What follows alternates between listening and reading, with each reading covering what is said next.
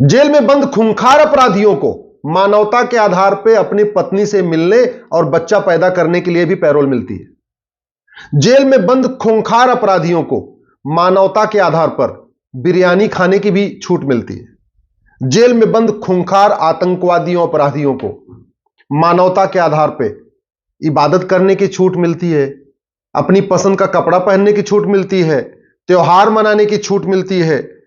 कई बार तो ऐसा देखा कि बड़े बड़े माफियाओं को अपने घर में शादी विवाह अटेंड करने की भी छूट मिली है, पैरोल मिलती है, बेल मिलती है, जमानत मिलती है।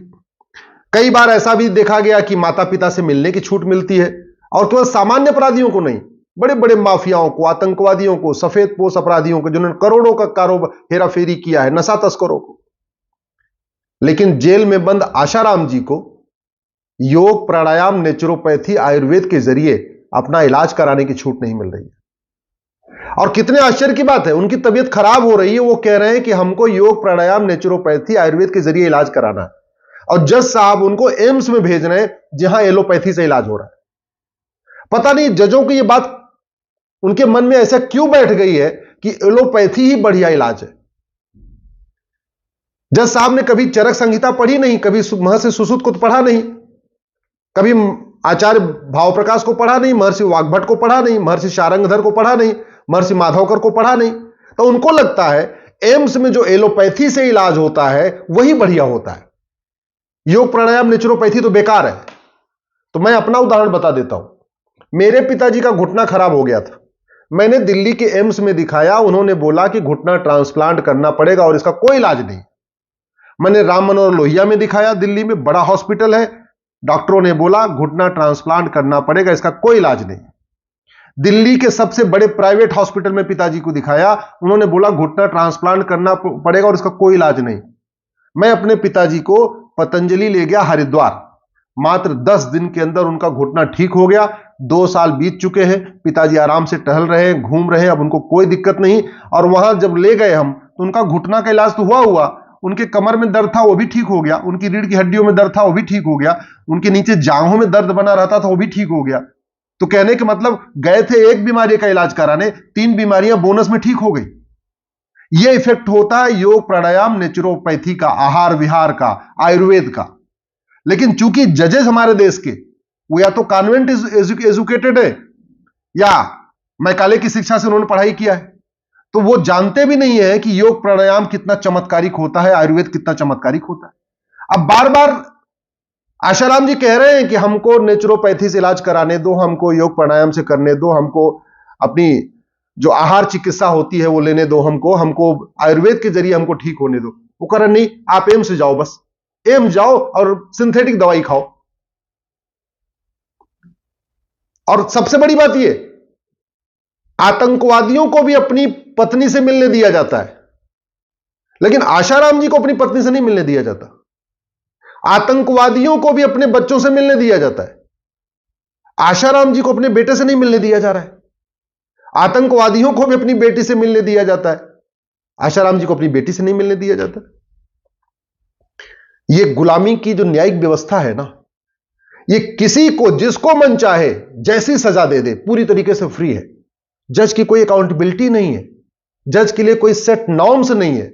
वही जज एक अपराधी के साथ दूसरे तरीके से व्यवहार करती है, दूसरे के साथ दूसरे तरीके से व्यवहार करती है। और जहां तक ये जो घटना हुई जिसलिए आशाराम जी जेल में है, मैंने पूछा, मेरे पास बहुत सारे लोग आए, आज तक जिन लोगों ने आरोप लगाया था उनका narco polygraph brain mapping test भी नहीं हुआ है। मतलब जो उन्होंने मुंह से आरोप लगाया, जो गवाही दिया, उसी गवाही के आधार पे यह सजा चल रही है। अरे कम से कम एक बार वेरीफाई कर लेते, दोनों पक्षों की, आशाराम जी का भी नार्को टेस्ट करा लेते और जिसने आरोप लगाया उसका भी नार्को पॉलीग्राफ ब्रेन मैपिंग करा लेते, आशाराम के बेटे का भी narco test polygraph brain mapping करा लेते और जिसने आरोप लगाया है उसका भी narco test polygraph brain mapping करा लेते। केवल ओरल गवाही के आधार पे, मौखिक गवाही के आधार पे, ना कोई मेडिकल रिपोर्ट है और कोई चीजें है नहीं, केवल मौखिक गवाही के आधार पे लगातार मुकदमा चलता जा रहा है। आज तक जबकि हमारे पास साइंस है, हमारे पास नार्को की व्यवस्था है, ब्रेन मैपिंग की व्यवस्था है, पॉलीग्राफ की व्यवस्था है। अरे दोनों का कर लो, और चलो एक बार प्रूफ भी हो गया, मैंने मान लिया कि आशाराम जी ही दोषी हैं, तो दोषी तो अजमल कसाब भी था, दोषी तो बड़े बड़े माफिया डॉन भी हैं, ये दोषी तो लालू प्रसाद यादव भी हैं। लालू प्रसाद यादव दोषी है ना, उनको कैसे बेल मिली हुई है? बाहर घूम रहे हो तो पार्टी बना रहे हो, तो पार्टी का प्रचार कर रहे हैं। मतलब लालू यादव को पार्टी का प्रचार करने, टिकट बांटने, घूमने के लिए, सिंगापुर में इलाज करने के लिए बेल मिल सकती है। और आशाराम जी को वो कह रहे हैं कि भैया हमको एक काम करो, बस एम्स में मत भेजो, हमको एलोपैथी से इलाज मत कराओ, हमको कहीं भी ऐसी जगह भेज दो जहां आयुर्वेदिक इलाज होता हो। उनको नहीं मिलेगी। कितने सफेद पोश नेता हैं जो सजा याफ्ता हैं, दोषी हैं और बाहर घूम रहे हैं, पार्टी बना के बैठे हुए हैं, पार्टी अध्यक्ष बन के बैठे हुए। और एक बेचारे आशाराम जी जिन्होंने पूरी जिंदगी घर वापसी कराई, पूरी जिंदगी उन्होंने आदिवासियों के एरिया में जा जाके मिशनरियों को रोका, धर्मांतरण रोका, घुसपैठ को रोका, जो कन्वर्ट हो गए थे उनकी घर वापसी कराई, उनको यह दंड मिल रहा है, उनको इतनी सजा मिल रही है। अरे कम से कम उतनी उनको राहत दे देते जितनी लालू यादव को मिली हुई है। आशाराम जी को उतनी राहत दे देते जितनी अजमल कसाब को राहत दिया था। आशाराम जी को उतनी राहत दे देते जितना बाकी हत्यारों को मिलती है, बलात्कारियों को मिलती है। घूसखोर नेताओं, नौकरशाहों को पैरोल मिल सकती है, कमीशनखोरों को, दलालों को जमानत मिल सकती है, पैरोल मिल सकती है। नशा तस्करों को जमानत मिल सकती है और पैरोल मिल सकती है। मानव तस्करों को जमानत मिल सकती है, पैरोल मिल सकती है, अपने परिवार से मिलने दिया जा सकता है। आतंकवादियों को, अलगाववादियों को, जिहादियों को, पत्थरबाजों को अपने परिवार से मिलने दिया जा सकता है। माओवादियों, नक्सलियों को अपने परिवार से मिलने दिया जा सकता है, लेकिन आशाराम जी को अपने बेटे से मिलने नहीं दिया जाएगा।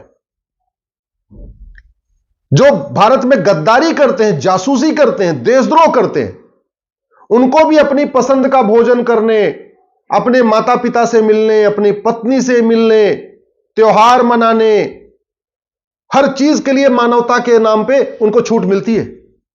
लेकिन आशाराम जी ने इतना बड़ा क्राइम कर दिया, इतना बड़ा क्राइम कर दिया है कि ना बेटे से मिलने दिया जाएगा, ना पत्नी से मिलने दिया जाएगा, ना बेटी से मिलने दिया जाएगा, और बाकी तो छोड़ो, इलाज भी नहीं कराने दिया जाएगा। और इलाज कहेंगे विदेशी इलाज कराओ, एलोपैथी में स्वदेशी इलाज मत कराओ। जिसने पूरी जिंदगी स्वदेशी को आगे बढ़ाया है, उस व्यक्ति को फोर्स किया जा रहा है कि नहीं, तुम विदेशी इलाज कराओ, विदेशी चिकित्सा व्यवस्था यानी एलोपैथिक में इलाज कराओ, स्वदेशी चिकित्सा यानी योग प्राणायाम में इलाज मत कराओ, नेचुरोपैथी में इलाज मत कराओ। मैं जज साहब से हाथ जोड़ के निवेदन करता हूं, आपने बड़े मुकदमे देखे होंगे, आपने बहुत फैसले दिए होंगे, एक बार याद रखिएगा, अगर आशाराम जी दोषी हैं, ये तो आप जानते होंगे, अगर आप बिना नार्को पॉलीग्राफ ब्रेन मैपिंग के भी समझ गए हैं कि आशाराम जी दोषी हैं, तो चलो हम भी मान लेते हैं दोषी हैं। लेकिन क्या उन्होंने अजमल कसाब से ज्यादा अपराध किया? क्या उन्होंने 1,000 करोड़ का चारा घोटाला किया है? क्या उन्होंने 70,000 करोड़ का कॉमनवेल्थ घोटाला किया है? क्या उन्होंने 1,76,000 करोड़ का 2G घोटाला किया? क्या उन्होंने 1,86,000 करोड़ का कोयला घोटाला किया? क्या उन्होंने आदर्श घोटाला किया? अरे एक से बढ़कर एक घोटाले हुए। किसी नेता को तो आज तक नहीं रोका कोर्ट ने कि नहीं अपने परिवार से नहीं मिल सकते। नेताओं को तो इवन घर से बना बनाया भोजन की छूट मिली हुई है। कितने सारे ऐसे नेता हैं जो जेल में बंद हैं, उनको घर से बना हुआ बन के भोजन आता है, इतनी छूट मिल रही है। और एक व्यक्ति जो बूढ़ा हो चुका है, शरीर से अस्वस्थ है, और केवल इतनी मांग कर रहा है कि हमको योग प्राणायाम नेचुरोपैथी में इलाज करा दो, केवल हमारा आयुर्वेद में इलाज करा दो। इस अवस्था में भारत छोड़ के कहीं भाग नहीं जाएंगे। इस अवस्था में ऐसा भी नहीं है कि वो किसी और का मर्डर कर देंगे। इस अवस्था में और कुछ तो कर नहीं सकते, कम से कम मानवता के आधार पे। और आशाराम जी के पुराने कार्यों को देख लीजिए, लाखों लोगों की घर वापसी कराई उन्होंने, लाखों लोगों को धर्मांतरित होने से बचाया है। दलितों और आदिवासियों के बीच में एक बार आप जाके सुनिए, आपको पता चलेगा उन्होंने क्या क्या काम किया हुआ है। प्लीज हाथ जोड़ता हूं, थोड़ी सी उनके ऊपर भी दया करिए। जैसे आतंकवादियों के ऊपर मानवता की दुहाई दे के काम हो रहा है, थोड़ा उनका भी मानवाधिकार है, उनको भी थोड़ा दया दृष्टि कर दीजिए, कम से कम उनको इलाज कराने दीजिए।